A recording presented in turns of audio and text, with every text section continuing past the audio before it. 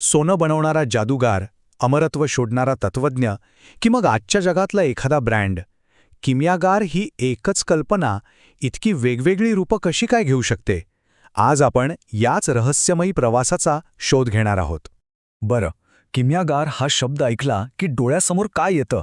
बहुतेकदा तर कुणीतरी दाढीवाला जादूगार जो शिसे सोन्यात बदलतोय किंवा अमृतवाची संजीवनी बनवतोय, हो ना? या प्रतिमा आपल्या मनात अगदी पक्क्या बसल्या आहेत. पण थांबा, ही गोष्ट खरंच फक्त एवढीच आहे का? या सगळ्या कल्पनांच्या मुळाशी एकच शक्तिशाली शब्द आहे, रूपांतरण. म्हणजे एका गोष्टीला दुसऱ्या गोष्टीत बदलण्याची प्रक्रिया. हेच किमयागाराचं खरं महान कार्य आहे.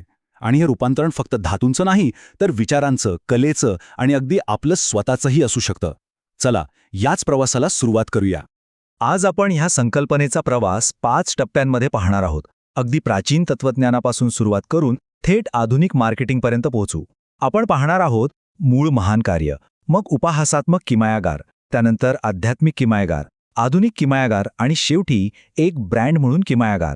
चला तर मग सुरुवात करूया आपल्या पहिल्या टप्प्यापासून, मूळ महान कार्य. इथे आपण किमयागाराच्या ऐतिहासिक आणि तात्विक मुळांचा शोध घेऊ, जिथे परिपूर्णतेचा शोध घेतला जात होता. इतिहासात किमयागारांचं एकच स्वप्न होतं, मॅग्नम ओपस, म्हणजेच महान कार्य पूर्ण करणं. आणि त्याचं ध्येय काय होतं? तर पारसमणी तयार करणं.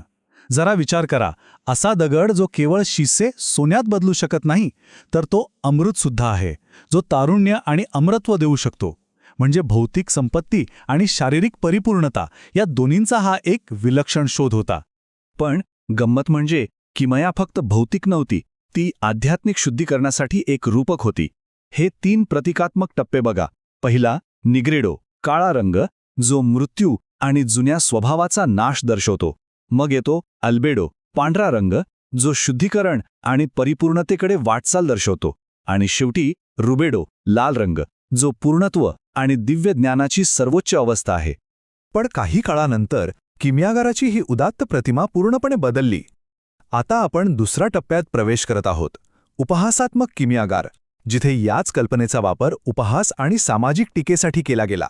बेन जॉन्सनच्या 1610च्या द अल्केमिस्ट या नाटकाची सुरुवातच या असभ्य आणि धक्कादायक संवादाने होते. या एका वाक्यातूनच नाटकाचा उपरोधिक, गोंधळलेला आणि विनोदी सूर स्पष्ट होतो. म्हणजे इथे किमयागार हा ज्ञानी वगैरे नसून एक नंबरचा ठग आहे. या नाटकात काय होतं तर 3 ठग प्लेगच्या काळात एका घरावर ताबा मिळवतात आणि किमयागार असल्याचं नाटक करून लोकांना लुबाडतात. जॉन्सनने या कथेचा वापर 17व्या शतकातील लंडनच्या लोभीपणावर जोरदार टीका करण्यासाठी केला. आणि गंमत म्हणजे या ठगांची खरी ताकद त्यांच्या फसवणुकीत नाही, तर त्यांच्याकडे येणाऱ्या लोकांच्याच अतृप्त इच्छांमध्ये आहे. जॉन्सनने विविध प्रकारच्या लोभावर टीका केली आहे. बघा, सर एपिक्युअर मॅमनला अमर्याद संपत्ती आणि सुख हवं होतं. अननियासला त्याच्या पंथासाठी निधी हवा होता. डॅपरला जुगारात यश हवं होतं. आणि कॅस्ट्रिलला तर चक्क भांडण करायला शिकायचं होतं. आणि प्रत्येकाच्या या लोभासाठी या खोट्या किमयागाराकडे एक खोटं आश्वासन तयार होतं. बरं, जॉन्सनच्या या उपहासात्मक जगातून बाहेर पडून आता आपण या संकल्पनेच्या आधुनिक आणि पूर्णपणे विरुद्ध असलेल्या रूपाकडे वळूया. आपला तिसरा टप्पा, आध्यात्मिक किमयागार, जिथे किमयागार एक फसवणूक करणारा नाही, तर एक मार्गदर्शक बनतो. पावलो कोयल्योच्या जगप्रसिद्ध कादंबरीतील हे वाक्य हेच या पुस्तकाचं सार आहे. हे जॉन्सनच्या दृष्टिकोनाच्या अगदी विरुद्ध आहे. इथे किमया ही फसवणूक नाही, तर स्वतःच्या अस्तित्वाचा शोध आहे, एक पवित्र प्रवास आहे. कोएलोच्या कादंबरीतील मध्यवर्ती संकल्पना आहे पर्सनल लेजेंड. याचा सोपा अर्थ आहे आपल्या जीवनाचा खरा उद्देश शोधणे. आणि असं म्हटलं जातं की जेव्हा एखादी व्यक्ती हा शोध घेते, तेव्हा संपूर्ण विश्व तिला मदत करण्यासाठी एकत्र येतं. हा प्रवास बाहेरचा नसून पूर्णपणे आंतरिक आणि आध्यात्मिक आहे. आणि या आध्यात्मिक किमयागाराच्या कल्पनेला जगभरात किती पसंती मिळाली हे या आकड्यावरून स्पष्ट होतं. द अल्केमिस्टच्या तब्बल 15 कोटीहून अधिक प्रती विकल्या गेल्या आहेत. यावरून या कल्पनेची प्रचंड व्यावसायिक शक्ती दिसून येते. चला, या दोन्ही साहित्यिक रूपांची थेट तुलना करूया. जॉन्सनसाठी किमया ही एक फसवणूक आहे, तर कोएलोसाठी तो ज्ञानप्राप्तीचा मार्ग आहे. एकाचा उद्देश भौतिक संपत्ती मिळवणे आहे, तर दुसऱ्याचा आध्यात्मिक ज्ञान. यावरून या प्रतीकाची अविश्वसनीय लवचिकता आपल्या लक्षात येते. साहित्य आणि तत्वज्ञानातून बाहेर पडून ही संकल्पना आता आपल्या आधुनिक जगात पूर्णपणे अनपेक्षित क्षेत्रांमध्ये कशी पोहोचली आहे ते पाहूया. तयार रहा, कारण आता आपण चौथ्या टप्प्यात प्रवेश करत आहोत. आधुनिक किमयागार. सुरुवात करूया एका अशा उदाहरणाने जे कदाचित तुम्हाला आश्चर्यचकित करेल. ध्वनीचा किमयागार. हे आहेत ॲलन मामन, जे द अल्केमिस्ट या नावानेच ओळखले जातात. ते एक प्रसिद्ध हिपहॉप निर्माते आहेत. ते काय करतात तर जुन्या विसरलेल्या रेकॉर्ड्समधील ध्वनीचे नमुने घेतात आणि त्यांचं रूपांतरण आधुनिक हिट गाण्यांमध्ये करतात. हे एका अर्थाने ध्वनीचं रूपांतरण म्हणजेच ध्वनीची किमया नाही का? आता संगीतातून थेट तंत्रज्ञानाकडे वळूया. आपलं पुढचं अनपेक्षित उदाहरण आहे औद्योगिक किमयागार. तंत्रज्ञान क्षेत्रातील दिग्गज कंपनी इंटेलने त्यांच्या पहिल्या पिढीतील हाय परफॉर्मन्स ग्राफिक्स कार्डसाठी अल्केमिस्ट हे सांकेतिक नाव वापरलं. या नावाने त्यांनी केवळ एक उत्पादन सादर केलं नाही, तर इंटेलला एका मोठ्या GPU स्पर्धकात रूपांतरित करण्याच्या त्यांच्या मोठ्या ध्येयाचं प्रतीक म्हणून हे नाव वापरलं.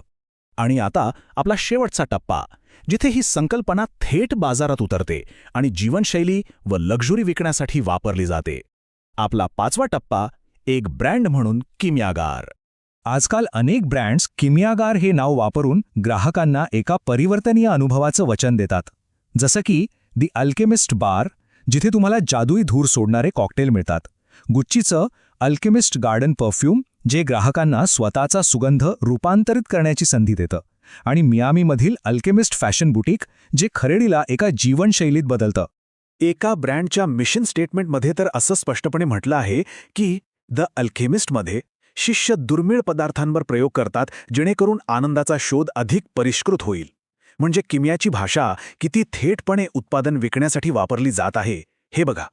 तर 17व्या शतकातील फसवणुकीपासून ते 21व्या शतकातील मायक्रोचिपपर्यंत किमयागार ही संकल्पना सतत स्वतःला बदलत राहिली आहे. याचं कारण एकच, रूपांतरणाची इच्छा ही कालातीत आहे.